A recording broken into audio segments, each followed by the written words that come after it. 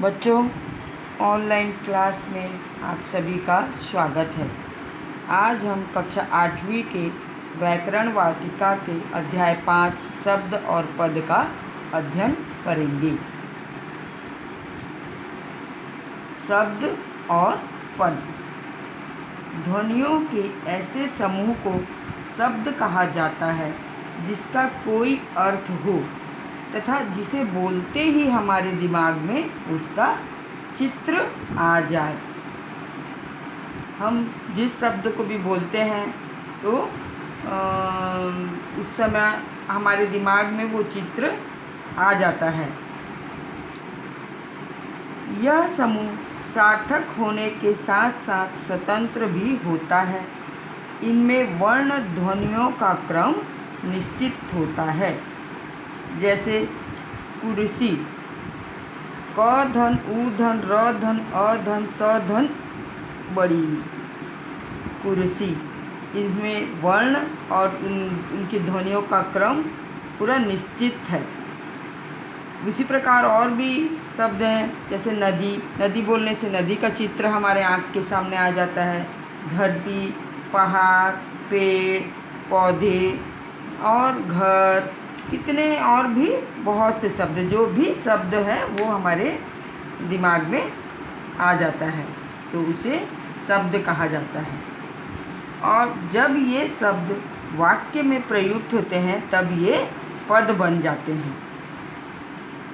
कारण वाक्य में आते ही शब्द उपसर्ग, प्रत्यय, लिंग, वचन, कारक आदि के कारण रूप अपना बदल लेता है और पद कहलाता है।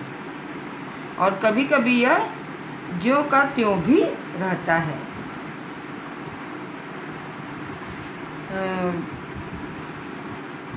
फिर भी हम उसे पद कहते हैं। जैसे लड़का गेंद खेलता है। इसमें लड़का और गेंद में कोई बदलाव नहीं आया, फिर भी पद है ये। इसी प्रकार हम जब एक पूरा सीधे बोलते हैं तो वह पद कहलाता है। इसे शब्द के भेद। हिंदी में शब्द भंडार का वर्गीकरण 4 आधारों पर किया जा सकता है, जो निम्नलिखित है।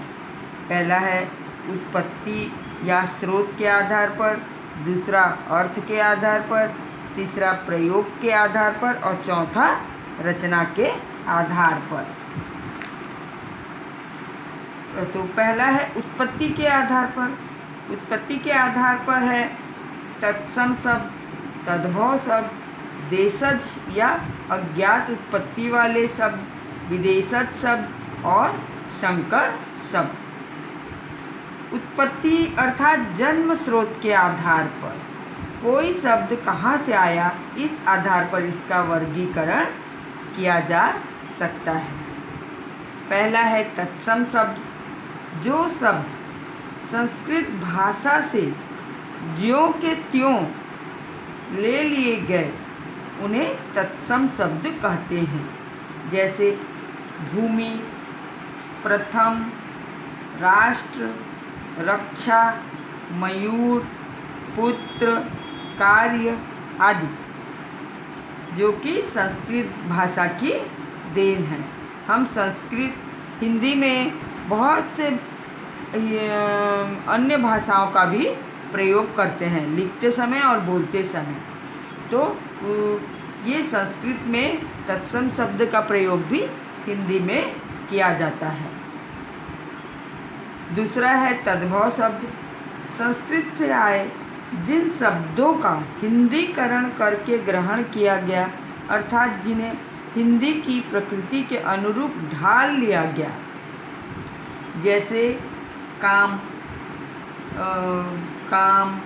बरस, माँ, सांप, दांत आदि, ये तद्भव का शब्द कहलाते हैं, क्योंकि ये संस्कृत से हिंदी में आए। संस्कृत में जैसे काम को कार्य कहते हैं, सांप को सर्प कहते हैं, दांत को दंत कहते हैं, तो उससे ये हिंदी में परिवर्तित होकर आया, उसे तद्भव शब्द कहते हैं। यहाँ दिया है तत्सम और तद्भव शब्दों की सूची। तत्सम में जैसे अंधकार, तो वो उसका तद्भव रूप होगा अंधेरा। तत्सम में जैसे अम्बा, तो उसका तद्भव रूप है अम्मा। अग्नि तत्सम में, तो उसका तद्भव रूप है आग। तत्सम में अग्र, तद्भव में आगे। और तत्सम में जैसे अष्ट बोलते हैं, उसको हम तद्भव रूप में 8 बोलते हैं। ये हुआ तत्सम और तद्भव। फिर तीसरा है देशज शब्द। देशज शब्द की उत्पत्ति देश धन ज के योग से हुई है, जिसका अर्थ है देश में जन्मा।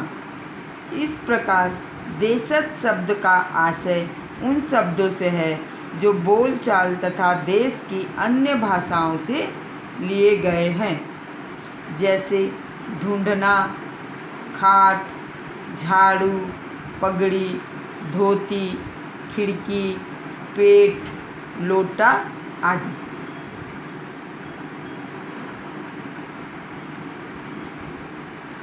ये देशज शब्द जो हमारे देश के अंदर अन्य प्रांतों में, अन्य क्षेत्रों में बोला जाता है, उनसे ये देसी शब्द हिंदी में जोड़ा गया है, लिया गया है, उसे देशज कहते हैं।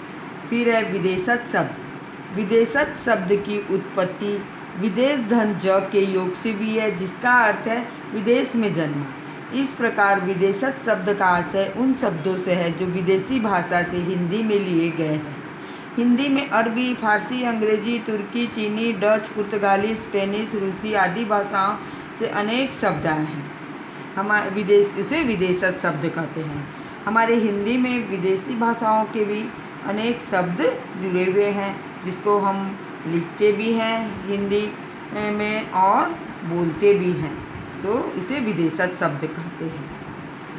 जैसे गरीब, जिला, ताबीज़, तैनात, कागज़, गुजारिश, कार, कूलर, चम्मच, चाकू, तलाश, तोप, अलमारी, आलपिन, कप्तान, कमीज, काजू, कारतूस, चाय, चीकू, ये सब विदेशज शब्द है जो कि अलग अलग देशों से आए हुए हैं।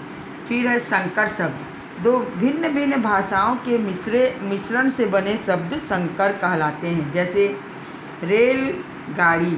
रेल अंग्रेजी का शब्द है और गाड़ी हिंदी का। जांचकर्ता, जांच हिंदी है और कर्ता संस्कृत। दो भाषाओं के मिलन से जो शब्द बनता है वो संकर शब्द कहलाता है। तो बच्चों, आज के लिए इतना ही। धन्यवाद।